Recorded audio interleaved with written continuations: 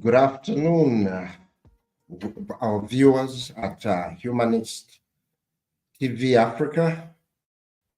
It is a great honor to have you once again this Saturday in yet another extension of our series with regards to consumer-centered digital finance.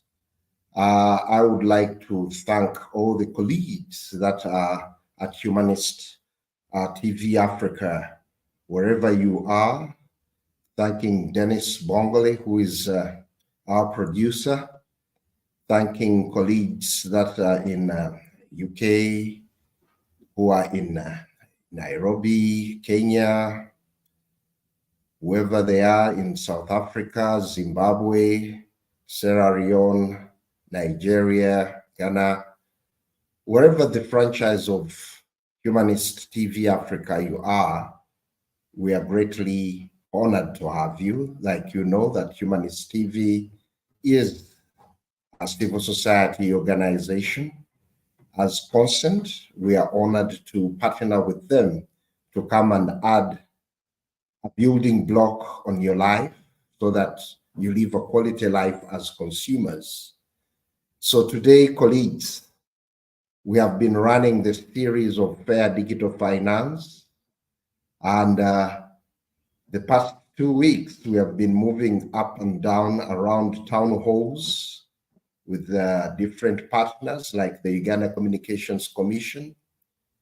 And as Consent, we go out and collect or harvest consumer complaints.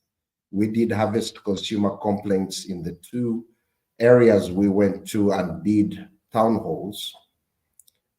And that is where the genesis of today's continued TV show originates from, where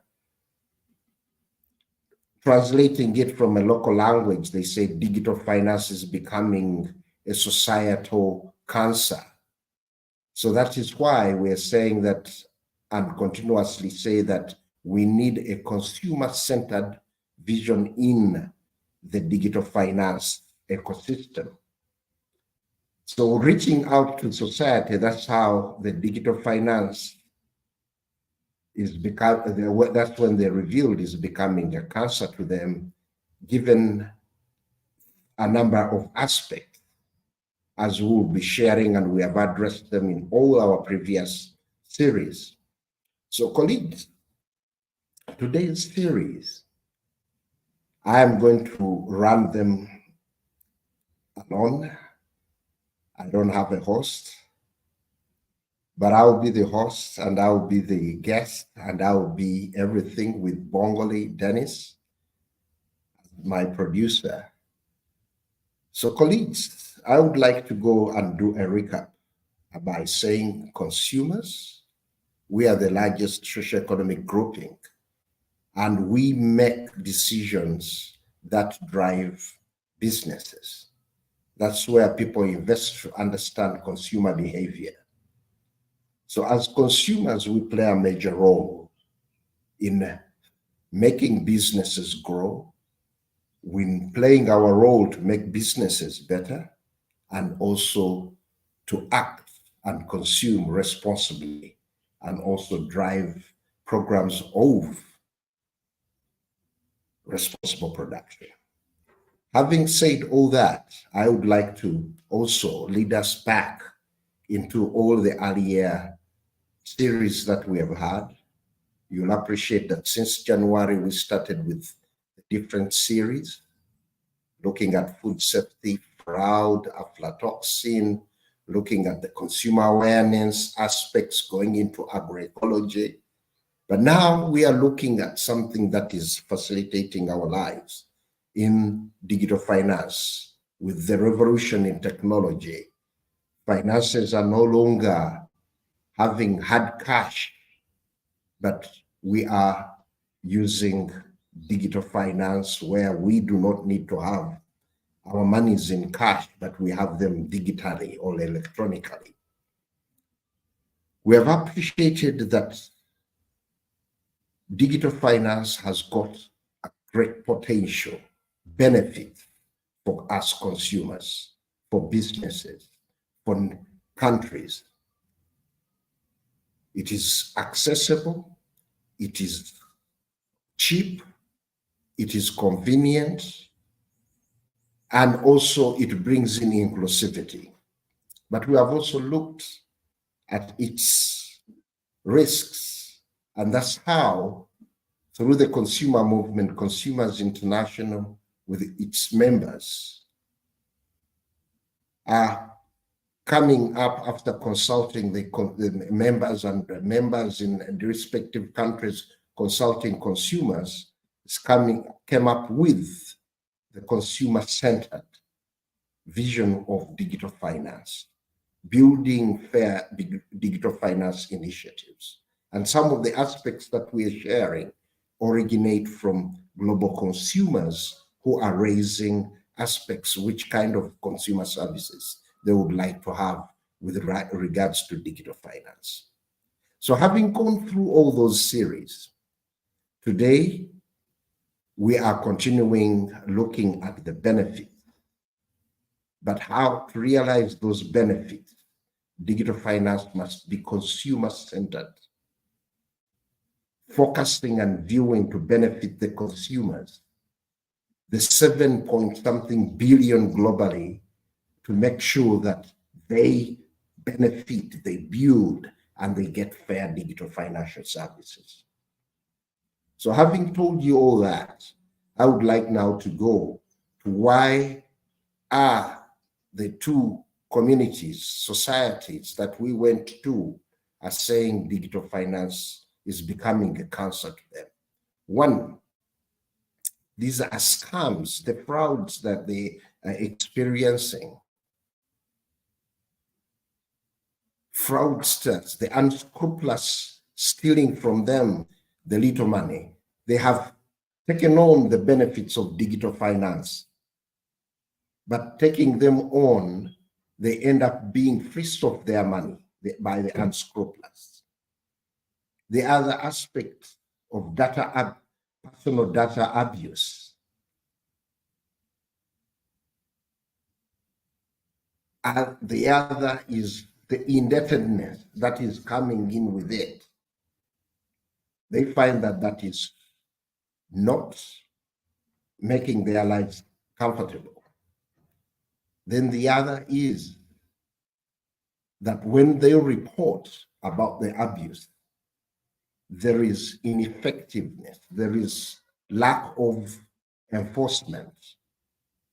So this is where today's discussions are going to revolve around: why are consumers thinking that digital finance is becoming a cancer to them in the areas we went? And I thought that as we were continuing on last week's session or series, where we said digital finance needs to be consumer-centered, with a vision of making consumers, with a mission of consumers being inclusive, so that we build a fair digital finance. Last week, we looked at governments, what role they need to play with regards to an enabling environment, having policies, legal regulations, legal frameworks, putting technology infrastructure in place, private sector, the service providers, having quality infrastructure, having good customer care, putting in place restrictions for information of consumers. Then going into the consumer organizations or other civil society organizations, what do they need to do to advocate, to do awareness, to urge consumers to speak up and up when they are affected. So all these are issues that we have talked about. So I would like to ask Bongole to bring out the slide which represents both the issues that we picked up in Tororo and Kiboga about digital finance. As we were preparing to have the town hall, with the Communications Commission and other service providers. We spent time harvesting complaints, and in about 500, if I combine both consumers in Tororo and Chiboga who are complaining, we had more than 500 complaints harvested. But I would like to share with you, and you will find that this relates with you wherever you are in the world, because these are some of the challenges consumers are finding. They complained about scams targeting the mobile money users as consumers, the fraud that is going on. That was a big percentage. 25% of them were complaining about fraud, scams of any kind. Poor customer care. Even when they complain, they find that there's hardly anything is done. So they find that they are getting not good experience with the services, and maybe that's why they are calling it a cancer. Failed transactions. Their accounts are being hacked. They have limited information on banking or in aspects of lending. That's why they were going in to say that the indebtedness, poor customer services, where they find they go in for a service, they are not getting effective service, where they are unauthorized. I could relate this 3% with the 5% to be around about 8% unauthorized transactions on their accounts. That is done by hacking. Delayed transactions, bureaucracy in solving the consumer complaints, unfair lending terms. So when you combine all these, that's when they say that the digital finance is becoming a cancer to our society. Those that are lending us the money end up calling everybody. That means they hack our phones, or they go into our personal data and start calling everybody without us knowing that they are calling everybody. And then they infringe on other people's rights, that they call and start disclosing other aspects of, whereas they were not party to when the lenders were dealing with a particular consumer.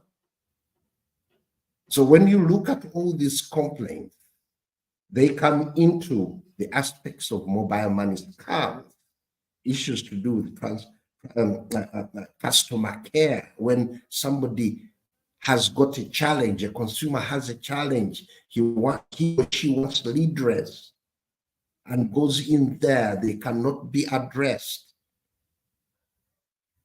Where there is poor infrastructure, they go in to do a transaction, and as they are doing a transaction, the transaction fails. Their information is already taken. At times when they go back, when the network is bad, and say, "Oh, you had already withdrawn the money," and they say, "No, I was here, and then the network didn't go through." So all these challenges consumers are facing in the rural areas and urban areas are leading them to say, "Oh, this is becoming a cancer to us." Looking at hackings of their accounts. So people are losing money. People who are doing savings are losing. Now, this is where the campaign we are doing, these programs we are doing, is to see to it that can we advocate and continuously advocate wherever we are, so that the digital finance is fair. It addresses the ecosystem being fair to consumers, enjoying its benefits, where consumers are not cheated.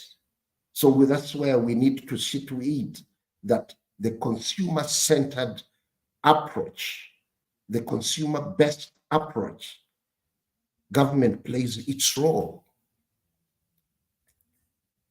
And this leads me to the next slide, that bringing in the example where consumers were listened to and the Uganda Microfinance Regulatory Authority took action.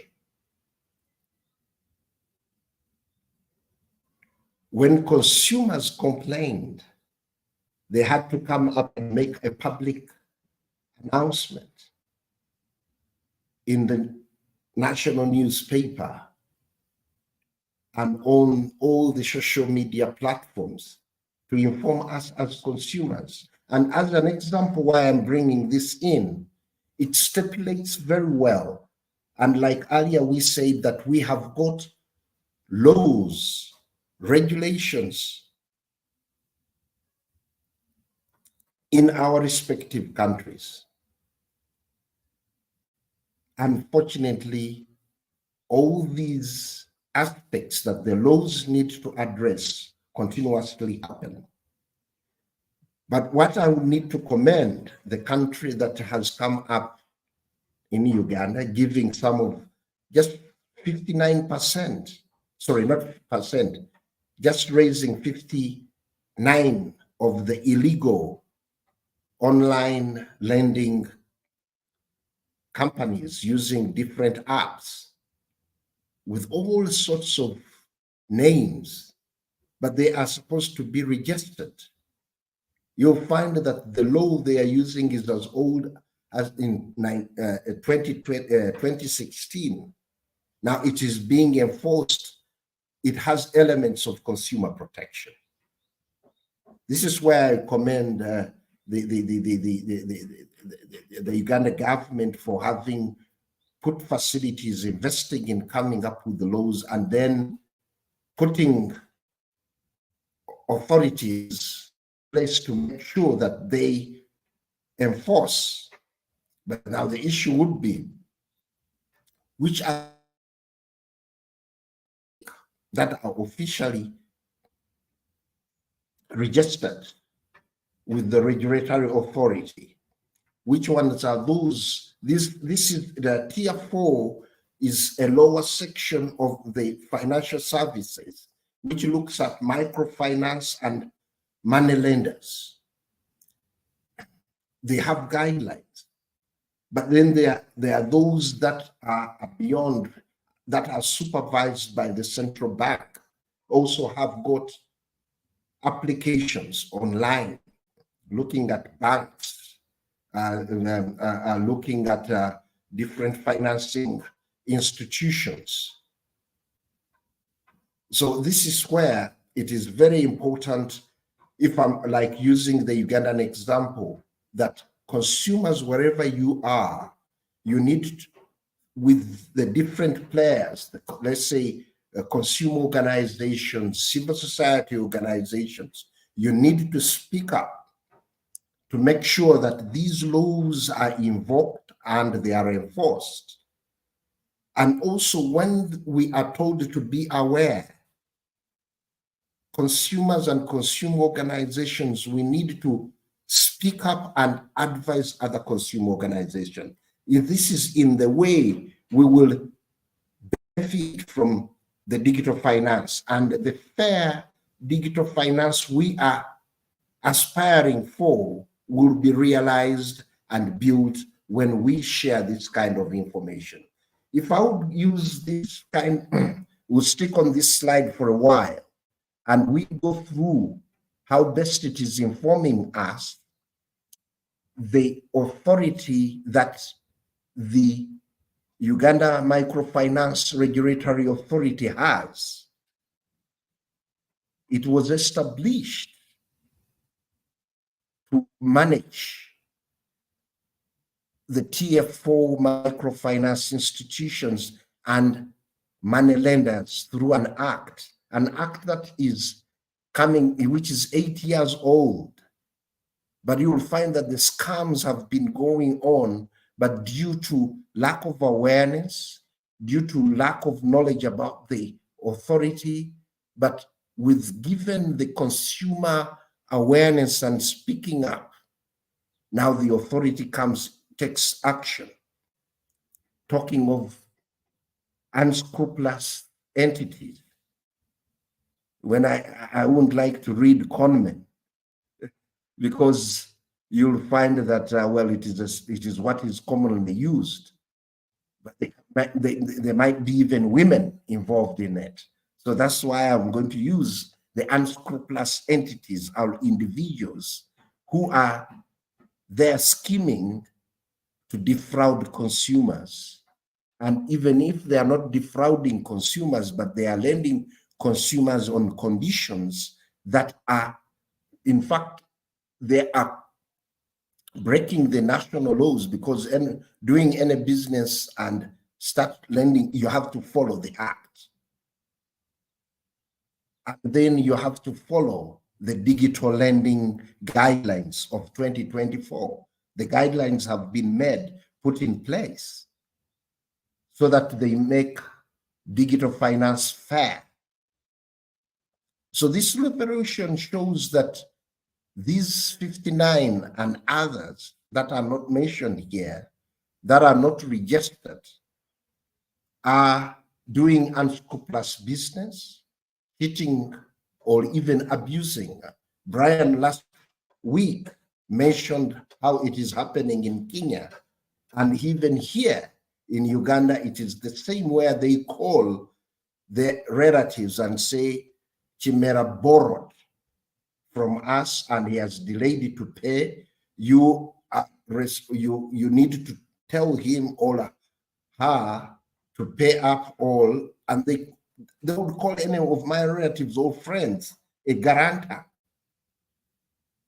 And one will say that I didn't know when Chimera was borrowing and I didn't sign anywhere. Then ask, by the way, how did you get my contact? And other people have seen that either they hack into their phones and these people get the information of whoever is in their phone book and start calling them, which is illegal. That is abuse of personal data, violation of the privacy of all those that are in my phone book. So these are happening to many people, and a number of people are not complaining because either they don't know what to do or where to complain. So we find that this is something very key. Then I bring in a scenario of the unscrupulous. As we were doing this campaign and going for the town halls, this is where consumers say that were sharing and say that we were requested to register our SIM card. We obliged. But there are people who are even calling us to con us, and they even put their personal names. What action has been taken? So this is where it brings in the element that government departments and agencies as competent authorities have put the infrastructure in place.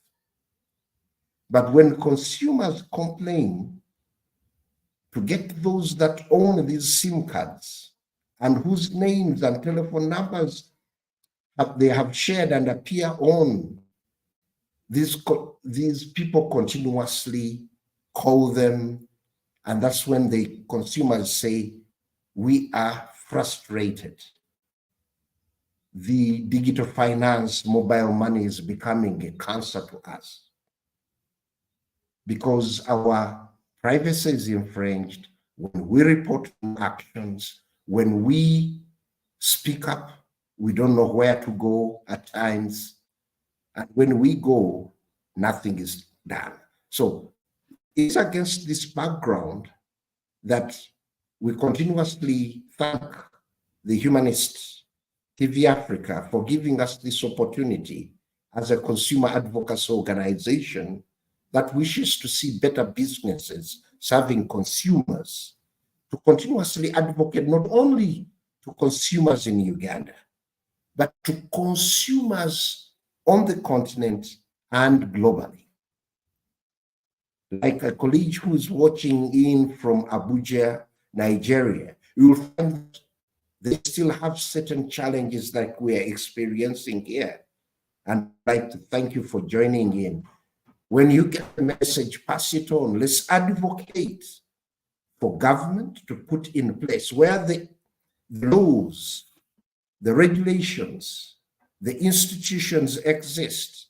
Let's go there and advocate for implementation in those clauses, like the example I've just shared of the Uganda Microfinance Regulatory Authority, taking action, warning consumers, and even showing unscrupulous. This is a good action which needs to be emulated continentally and globally, so that the consumer-centered fair digital finance has got laws in place, there is awareness, enforcement, the infrastructure is effective and enables and facilitates consumers benefiting from the digital finance environment. So that is the role of government. Then the private sector, with the enabling environments put in place by government,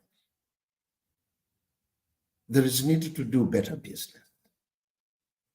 Better business, giving consumers quality of experience, putting in place quality infrastructure that facilitates digital finance transactions, putting in place programs for awareness. And this is where at times say, others would say that we are doing awareness when they are doing marketing. We need to distinguish the two.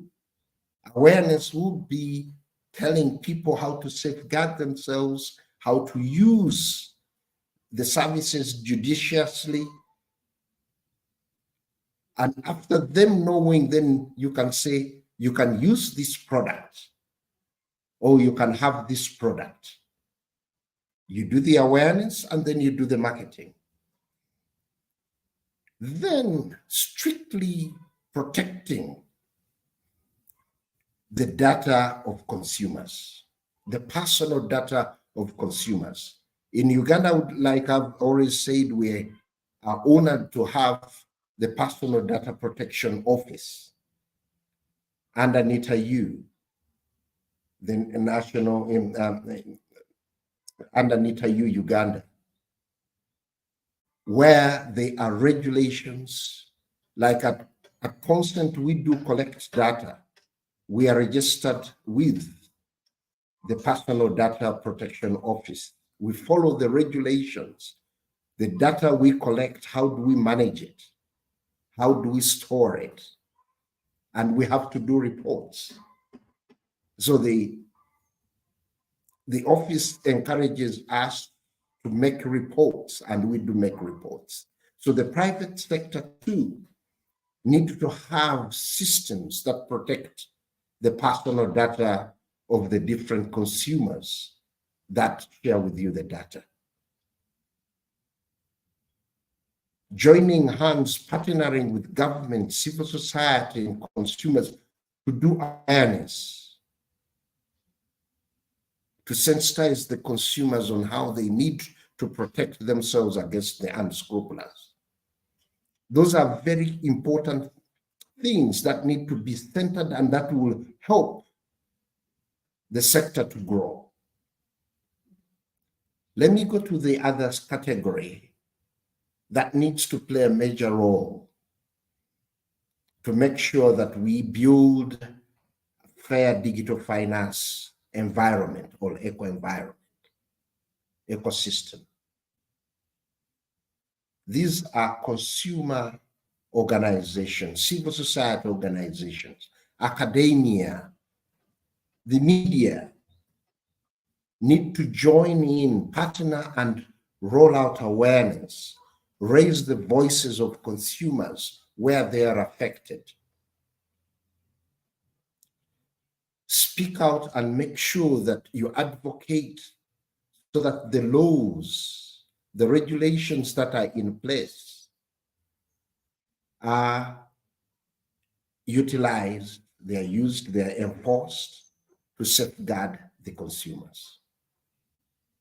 Because the consumers not uptaking the digital finance, in one way or another, it fails with all its benefits. Issues of inclusivity, people's access, the consumers' access to digital finance that enables their life. We will appreciate that digital finance or digital technology is in every aspect of our life on a daily basis. Just imagine, as a consumer, as you are planning to order your food that you are going to consume with your family, and you find your digital wallet empty. Just imagine you are going to pay for your health costs, medical costs. You find your wallet empty. Just imagine you're going to pay for your fare. We are used to pickpocketers. Pickpocketers. But now here, your wallet is intact with you, but there is no money, but your digital money was pickpocketed or digitally picked by a scammer. This will frustrate your life. This will traumatize. So this is where we need, as consumer organizations, civil society organizations, the media, the academia, and other civic entities, to empower the consumers, to safeguard their data, to safeguard their PINs. There are people who give out their PIN numbers to the mobile money or banking agents, or even at ATMs, or even to the bank staff. Then they end up losing their monies. These are issues that we need to see to it that we do safeguard, so that we have got fair digital finance benefiting consumers. The ecosystem needs to promote and improve the well-being of consumers. So, like we usually say that food safety is everyone's business, or if the food is not safe, it is not food. We can apply the same. Fair digital finance is everyone's business. But majorly, it's the business of the duty bearers to safeguard, provide an enabling environment, and making sure that the private sector, the businesses, are making the environment one is operating in very safe. Like I was saying, that the way we say, if it is not safe, it is not food, then if digital finance is not safe, it isn't digital finance. And I would like to read our colleague watching in from Nigeria, saying, I'm watching live from Nigeria. In fact, this is a very important topic of discussion. Conmen are more in Nigeria than anywhere else in the world. We have the most smart conmen here. You can find them from church clergymen to imams from the mosques. So that is where, thank you very much for the comment. And it is very key. What you have shared is the reality of life, that unscrupulousness even can come from places where you don't suspect them to come from, where you think you're safe, whereas that's where the unscrupulous are. That's where I was saying that the duty bearers need to put laws in place that will safeguard the consumers. Then the consumers need to know the laws so that they are not ripped off. Then the private sector, the businesses, need to do better business by safeguarding consumers to make sure that the consumers are not affected. So all these, like we were saying that last time when we spoke, but which are still we have touched, data protection is very key. The unscrupulous, like our colleague from Nigeria has said, are everywhere. Like that's why some of the members of society were saying digital finance is becoming a cancer, societal cancer. This, like using your message, it will be like you are already saying that digital finance is a cancer because of the unscrupulous, cheating us left, right, and center, morning, afternoon, and night. Many people wake up when their SIM cards were swapped and all their data was taken, their resources were taken. So this is where the benefit of communication, digital infrastructure, that comes with mobile money, that comes with efficiency, effectiveness, fair transaction, and so forth, are all affected. So this is where we will need to play a major role.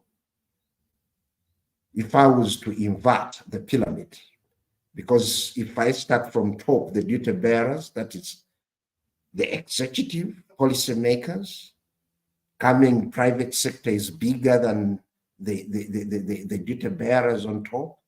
These are the businesses providing services to the consumers who are the majority. So if I was inverting the pyramid to improve the digital infrastructure, to make it fair, if the pyramid is inverted, the consumers are now on top, we will need to play a major role as individuals. We will need to team up and we get to know more. That is in awareness, sensitizing ourselves. Consumers who know would need to do a noble cause to sensitize others. We are all potential victims if we do not join hands to fight the unscrupulousness. Where you think, today it is me, tomorrow it will be somebody else. It can be all of us. And this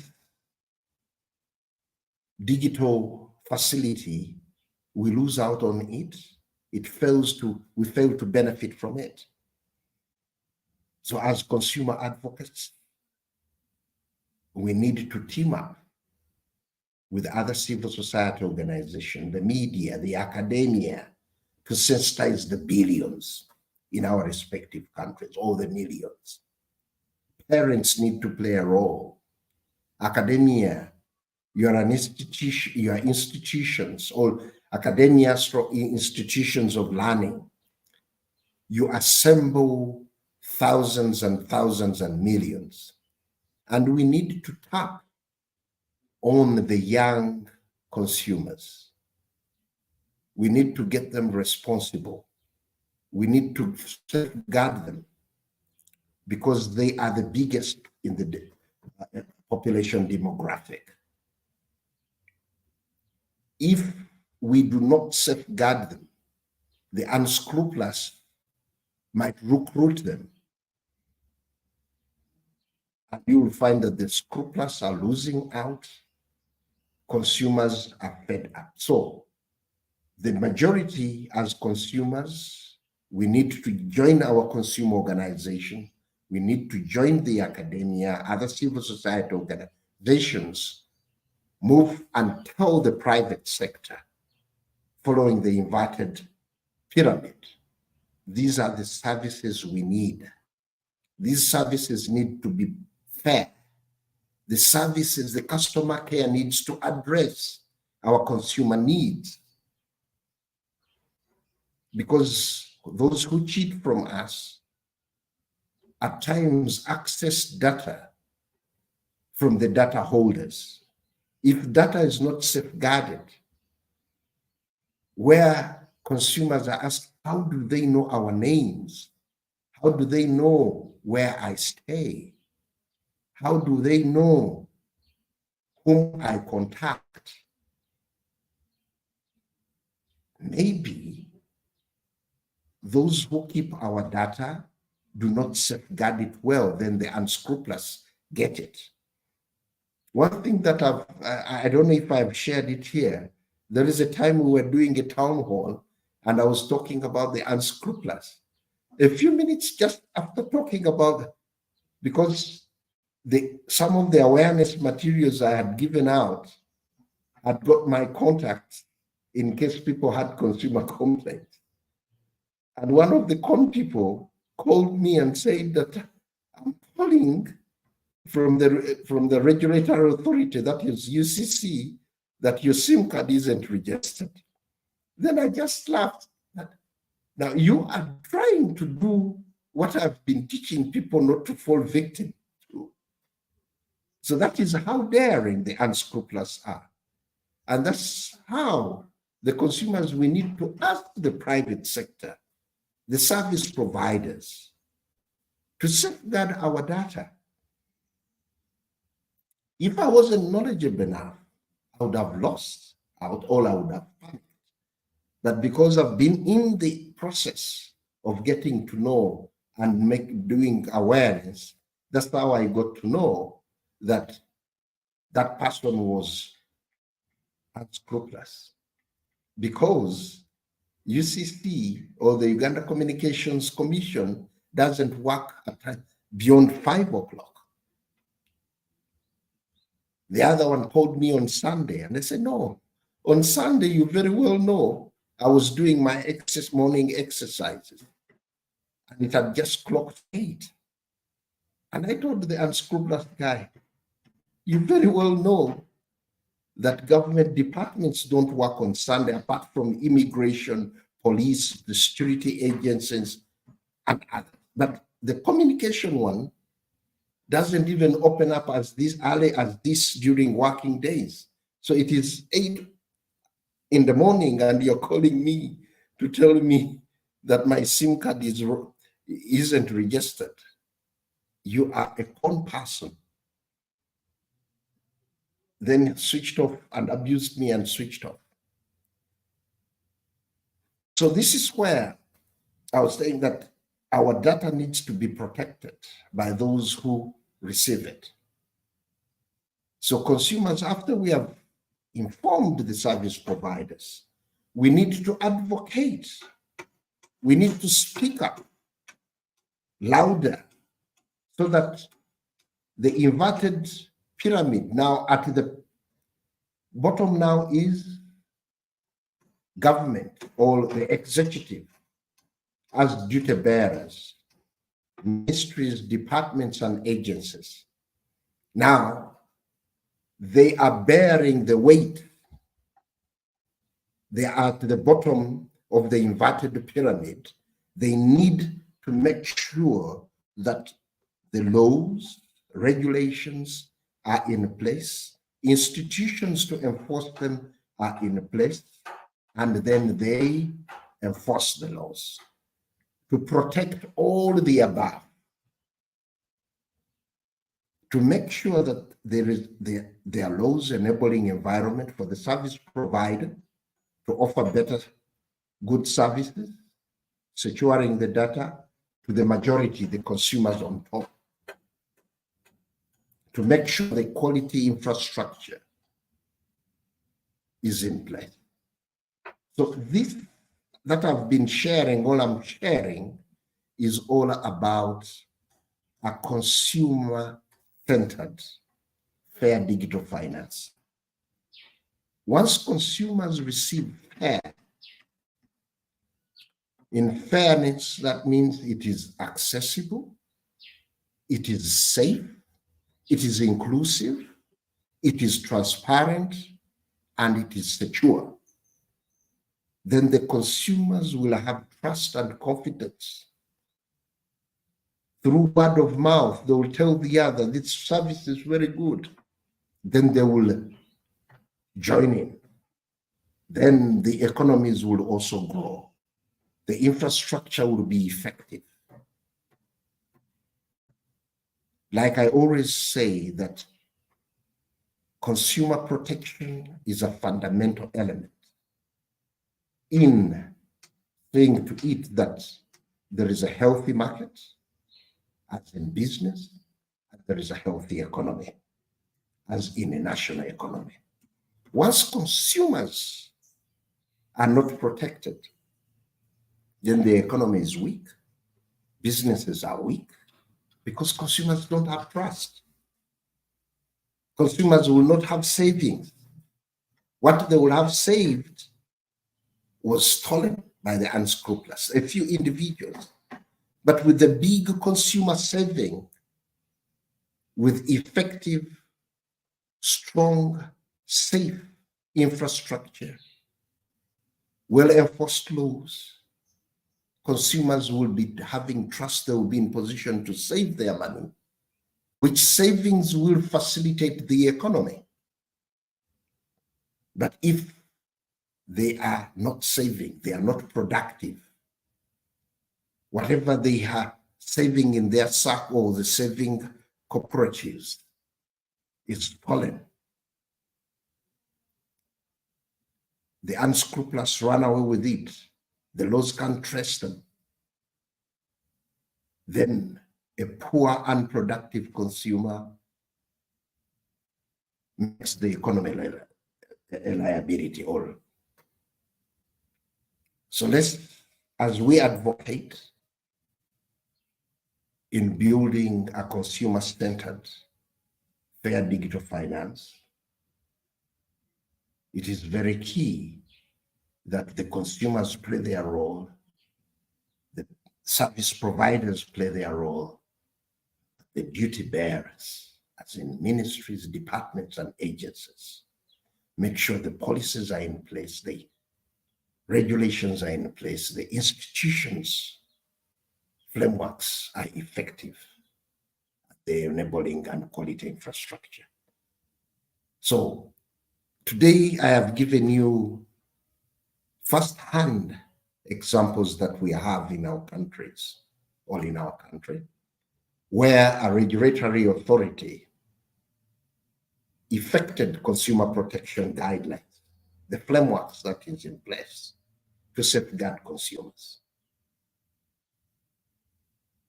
Applying the 2024 digital guidelines, lending, to make sure that the consumers access quality. The act and regulations that are protecting consumers, the frameworks get to know that there will be unscrupulous people, entities, individuals. So we need to safeguard and require them to be registered. So that is how the number of 59 online applications are exposed so that the consumers do not fall victims. So consumers, be aware, be alert, and let's safeguard our hard-earned money. As we were complaining, or we used to complain of pickpocketers, we have got the peak digitalizers, the deep fakes, the scammers. We need to join hands and safeguard ourselves as the duty bearers evoke the laws, and the private sector abides by the laws and listens to us as consumers of their services. We are the biggest socioeconomic group, and if we speak up, like those that spoke up in Uganda, and the Uganda Microfinance Regulatory Authority took action. That is a good example that we can apply globally in other African countries. Like in Nigeria, you said that there are many unscrupulous, faking, scamming. We need to make sure that we get to know the laws in our countries, the regulations, the guidelines, and we advocate. So today, I would like to end by saying, colleagues, it is our responsibility to safeguard, to take action, to be critical, to have social concern, to understand the environment we are operating in, to join hands in solidarity, to make sure our rights to basic needs are realized, our rights to safety are realized. We need to start to make sure that we have information. The choice that you make as your right, you have a right to choice. Don't choose from the 59 that the regulatory authority has told us unscrupulous. They are illegal. So as a consumer, you have a right to information and you have a right to choose. Please access the information so that you choose right. Access the information to get consumer education. But if you access the consumer information and you get to know that you are ripped off and you get to know who did it, you're entitled to redress by speaking up and complaining to the regulatory authorities. In your respective countries as a consumers, you have the right to representation. You can be represented by a consumer organization. You can represent yourself. You can get an advocate to represent you. You can do class action so that your consumer voice, your consumer needs, your consumer complaint is represented and seek redress. It is like I always said, it is your right to education. There is a right to information. It's totally different from your consumer right to consumer education. Information will be purchasing a good or a service, but consumer education will be only focused to educating you to be responsible, to be alert, to look out. Then lastly, as a consumer, you have to advocate to make sure that you are in a healthy environment. If the environment is healthy, all aspects that lead to unscrupulousness, leading you to saying that something that is beneficial is a society cancer, that means that you are living in an unhealthy environment. So like I said earlier, digital finance is proving to be everyone's business.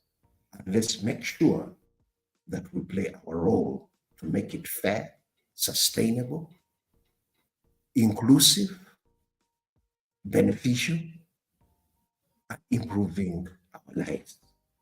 Let's get a quality service of it by taking action, by being critical, and doing solidarity. I would like to thank you all. First, as I conclude, to thank the Humanist TV Africa team, Dennis, being my good producer today. Kato, wherever you're listening in from. Brian, I know you're getting poor electricity services in Kenya. That's why you're not with us today. But all of us in East, Southern, Central, Western, Northern Africa, we need to build a strong digital infrastructure, digital finance, by calling it or calling to action for it to be consumer-centered. Globally, on all the other continents, with a fair digital finance and good digital infrastructure, when you visit the African continent, you will enjoy it.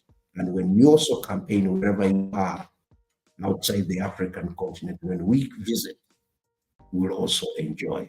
So that's me. That's why Consumers International globally, with all its members, we continuously campaign for a consumer-centered, fair digital finance.